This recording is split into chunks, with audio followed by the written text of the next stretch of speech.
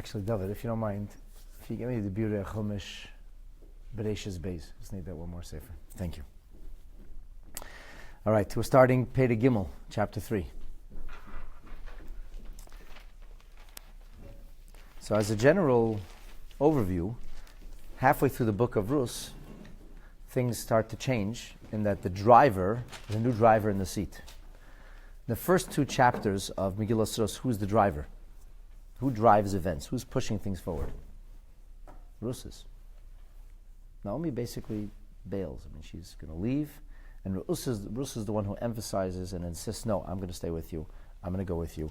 And they come to Israel, and they're penniless, and Ruth says, I'm going to be the one to go out there, and I'm going to find food for us, and I'm going to take care. Ruth really is driving things. And Naomi, the mother-in-law, goes along appreciatively. Now, at this point, halfway through Megillat Ruth, when we start chapter 3, it's noted that here, Ruth is no longer in the driver's seat. She becomes much more, I'm not going to say passive, because she does some incredible things, some very brazen things. So she's doing it, but who is the driver? Who's pushing things along now? It's not Ruth, now it's Naomi. Naomi, all of a sudden, now becomes very assertive. And she says to Ruth, this is what we need to do for you. So that's just something interesting to note of a shift. See a shift in who is the prime mover and shaker. Ruth remains the prime actor. She's doing all the things. She gets the credit. But here it's Naomi who pushes. This is not any longer Ruth's idea. This is now Naomi's idea. And of course, from this point and onward, it's not about Naomi's welfare. It's about Ruth's welfare. So when it's about Naomi's welfare, Ruth is the one who goes out of her way. She's the one who says, I need to do for you. I need to take care of you. And Naomi's just grateful and says, okay, I'll accept that. But from this point onward, the shift kind of moves from the welfare of Naomi, who is kind of settled. She has a roof over her head and she has food. And now the question is, how do we take care of Ruth, this young, beautiful princess who doesn't seem to have a future or needs to have a future, needs to get married? Naomi takes the baton and she begins to worry about Ruth and about her welfare. You can't expect Ruth to demand, hey, take care of me. Take care of me. Instead, it's Naomi saying, I'm going to take care of you. And that's how the pasuk opens. The first pasuk reads, Vatoimer la Naomi chamaisa. Naomi, her mother-in-law, said, Biti, my daughter, haloi avakesh loch manoyach. I want to seek out respite for you. Asher yetiv loch, so that things will be good for you. Now, what is Naomi speaking of when she says, I want to seek out things for you, I want rest for you? So the Ibn Ezra says that when we say manoyach means this is marriage. Rest is marriage. And somebody would argue about that, but that's what Ibn Ezra says. He says, Ein le'isha menucha ad shetinaseh. A woman doesn't have complacency or peace until she's married. Elsewhere, the Medrash says the other way around. The man doesn't have peace and complacency. I don't know if peace and complacency is the right word. If you want to be peaceful, go to the cemetery. There's a lot of peaceful people there. Everybody's peaceful, right? So when we say peace, what does it mean? Non-action? Peace means something which is immobile, not moving. When we really speak about, we say manoyach, we mean to find fruition, to find perfection in life. And the Torah clearly does not believe that people can find perfection in life on their own. The Torah expects us to be able to develop ourselves fully. Marriage is a key component in that development. So there's a certain point in life where it's no longer about self-development. Young person has to worry about self-development. Young person has to worry about their education, their career, if you will, their focus in life, becoming a mensch, develop, obviously be sensitive and caring and sharing, and you'd be a dutiful child and a good sibling, and it's all nice, but ultimately you're on your own. But there comes a point when you have to no longer be on your own in order to find your destiny in life, in order to find the fulfillment of the passions that life have. And I'm not talking about libido. I'm talking about being able to develop life fully. That, from a Torah perspective, that's not achieved on our own. It's achieved through a couple. It's achieved in a family unit. It's achieved through marriage. So marriage is about self-actualization, but a very different kind of self-actualization. And that's what Naomi means when she says, Avakesh loch manoyach. I want to find you respite. I want to find you peace. What is she could say, I'm peaceful. Everything's fine. But no, that's not the monoich that we seek here, is the idea, Ein li isha menucha, as Ibn Ezra says, ad shetinase, until the marriage is going to take place. So that's what Naomi has in mind. Now I'm going to read the next couple of verses together with you, just so you hear what kind of outrageous suggestion Naomi has, and then we're going to revisit two things. Number one, the outrageous nature of what Naomi's about to suggest now. It's not even daring, it's off the charts, number one. And number two, to go back to this verse and look at it, because it's actually, although it's a very short verse and it doesn't seem to say much, it's rife with contradiction and is pregnant with enormous amount of instruction and inspiration and meaning. But we're going to go back to that. So Naomi says to Ruth, this is not good. You're a young lady. You're on your own. We have to move forward now. We have to find your marriage. Why all of a sudden now? What happened now? I want to take you back to the end of the last chapter. In verse 23 of chapter 2, which is the end of Perek Beis, it says, Vatidbak menares Boaz, the young ladies who are for Boaz, they kind of cleave to Rus, and she continued to collect ad klois ktsir hasaidim, until the end of the collection of the barley harvest, and then uktsir hachitim. We add and not only the barley harvest, but also and the harvest of the wheat. And Vateshev Chamaisa, and she remained with her mother-in-law. And if you remember, we talked about two interpretations, whether it means she actually was there every night, and she would walk all the way back to Naomi and sleep with Naomi under the same roof, and they would spend time together, or it means that she would be there occasionally. But at any rate, she remained, so to speak, devoted to her mother-in-law, and that we emphasize this is ad katsir hasa'oidim, until the end of the harvest of the barley, and then u katsir hachitim, the end of the barley, the end of the wheat harvest. And then chapter 3 says, Naomi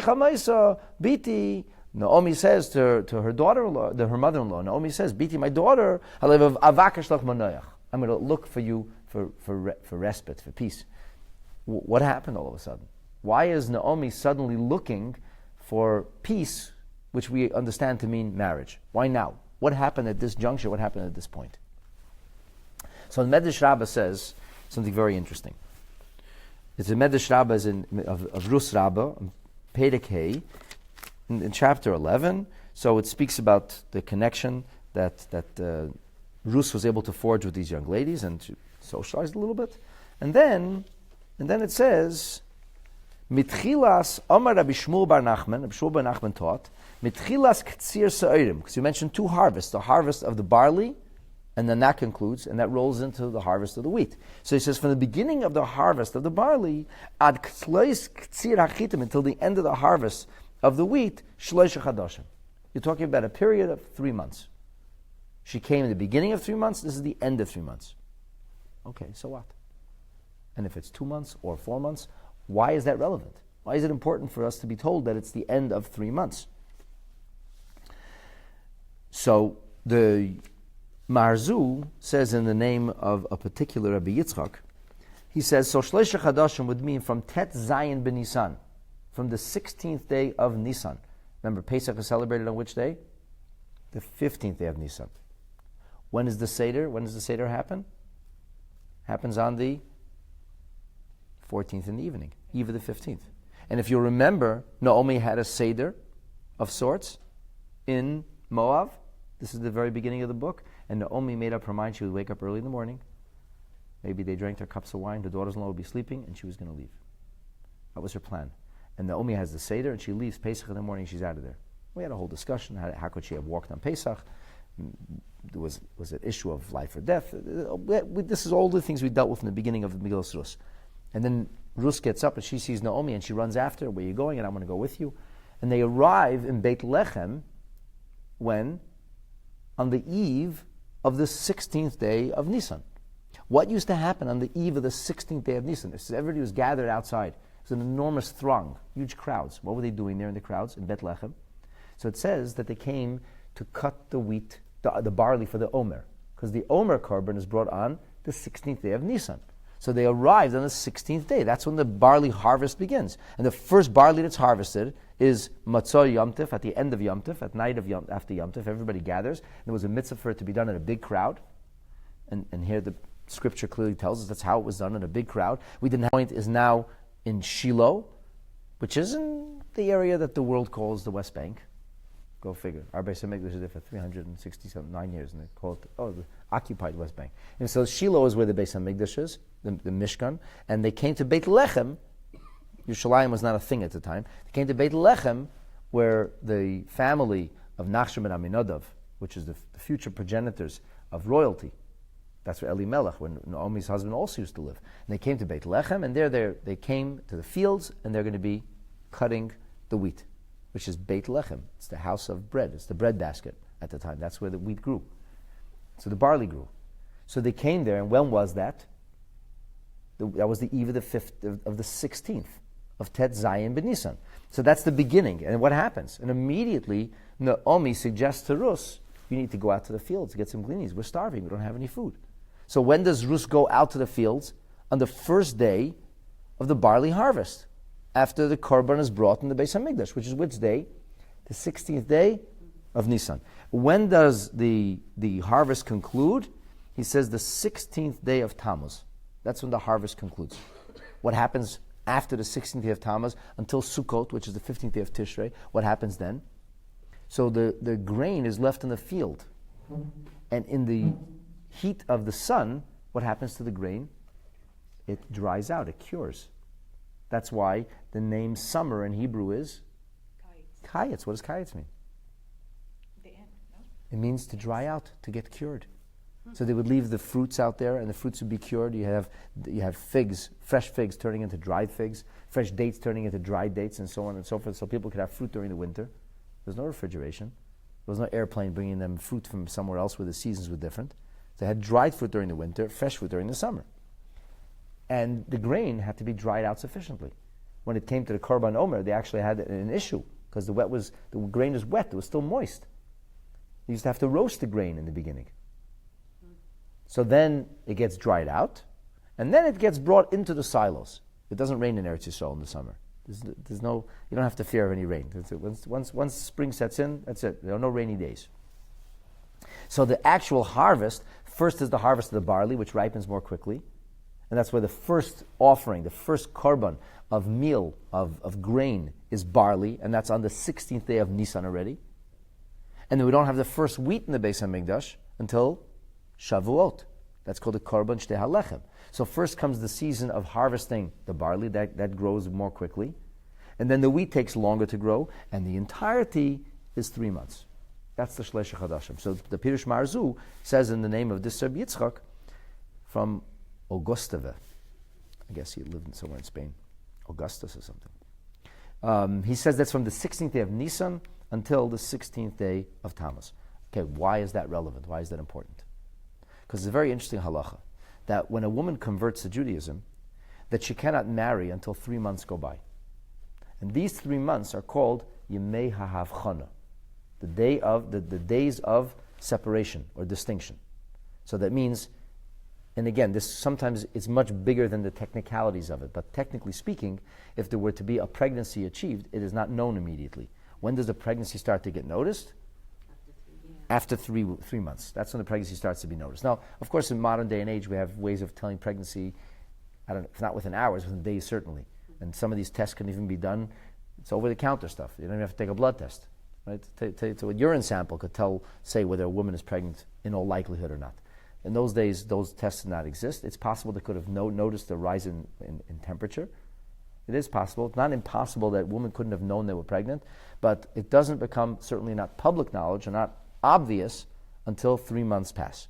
So we have to make a havchana, a distinction between any such activity, procreative activities that happen prior to the conversion and procreative activities subsequent to the conversion. So what happens is there's a separation of 3 months. Now, of course, you could ask a question, so in today's day and age, can we take a pregnancy test? The answer is no, because Rus obviously was not pregnant. She was a widow, and her husband had died months earlier. And yet, the halacha remains, there's a 3 month period, a waiting period. Incidentally, the same thing is also with regard to a divorce, with regard to a woman who's widowed. There's always 3 months between the period of, so to speak, what was, and then the period of what's going to be. So Rus is a Geyeris. Now there's two opinions whether the original conversion was valid or it was a very weak conversion, and her conversion had to be upgraded. A majority opinion is that Ruth's initial conversion was not really a proper conversion, kind of a quasi-conversion that had to be upgraded later when she came to Eretz Yisrael. So she came immediately. It was the first thing she did. She had embraced her people. We learned the halachas of what you have to do to convert from her conversation with Naomi, how Naomi dissuades her and pushes her away, and she says, no, I want to be married. I want to stay. I want to remain with you, even though you don't have a child anymore, that's for me to marry, and so on and so forth. And Ruth immediately converts, according to the second opinion, that she goes through the conversion, upgrades the conversion, and then there needs to be a 3-month period. So had Naomi wanted to look for a shidduch for Ruth prior, it wouldn't be appropriate. Really, this is the time. So that's why Pasuk Chav Gimel, the 23rd verse of chapter 2, finishes off with Kalois Ketzir HaSa'orim, the end of the barley harvest, U Ketzir HaChitim, and the wheat harvest, and then after the wheat harvest and barley harvest, so the harvests are past, and she remains with her mother-in-law. So all time, this is again the last verse in which Ruth is the one who is driving the situation. She remains with her mother-in-law. She doesn't leave. And now Naomi feels a burden, a responsibility. She says, I have to take care of my daughter-in-law. I need to do something first. So the 3 months have passed. So it's here that the Ktsir Chitim, that the final harvest ends. Vatoimer lo Naomi. That's why Naomi suddenly turns around and says to Ruth, Biti, my daughter, Avakesh lach manoach. I have the responsibility now. I have to take care of you. I have to seek out for you peace, meaning seek out marriage. Rabbi, I always was told that a woman could remarry a month after she loses her husband. It's not correct. You can't remarry a month after. It's always a minimum of 3 months. Maybe people can get engaged. Maybe people can, move forward in life, theoretically speaking. But actual marriage always requires a 3-month period. Is it same for a man? No, because men don't get pregnant. But 30 days, isn't it, for a man? Yeah, that's something else. So the question is, if a man were to lose, if he could do it within shloshim or not, the whole thing sounds very odd. But if somebody's in a desperate situation, So it doesn't depend on the age of the woman if she's like 70. no, that's the point. That's why I said it doesn't matter about a test or not a test. Rus was clearly not pregnant; she was a widow. Nonetheless, there had to be official 3 months of avchana, especially because she was gieris. So the 3 months of avchana, 3 months of separation. So that wouldn't make a difference. It wouldn't make a difference if somebody's 90 years old. We would wait. So therefore, Naomi says, the Anaf Yosef in his commentary on the Medrash also says, Shleisha Chadashim shehi ad seif zman havchana. 3 months until the end of what's called, this is the terminology in the halachic literature, is always zman havchana. The time of lahavchin means to make a distinction. Like we say in our morning blessings, lahavchin ben yom ve'layla, to make a difference between morning and night. So there's the distinction thing. So this is the zman havchana. Ki ad hazmanahu lahoisa ru'uy lehinase, Anaf Yosef says. Up until this point, it wasn't appropriate for Rus to be married anyway. So Naomi didn't feel a burden. She didn't have to do anything because it wasn't appropriate anyway. But now at this point, the harvest is done. Now we have an issue. Now we have to take care of this. Now it's necessary, or Naomi feels a responsibility to take care of her daughter-in-law of Rus.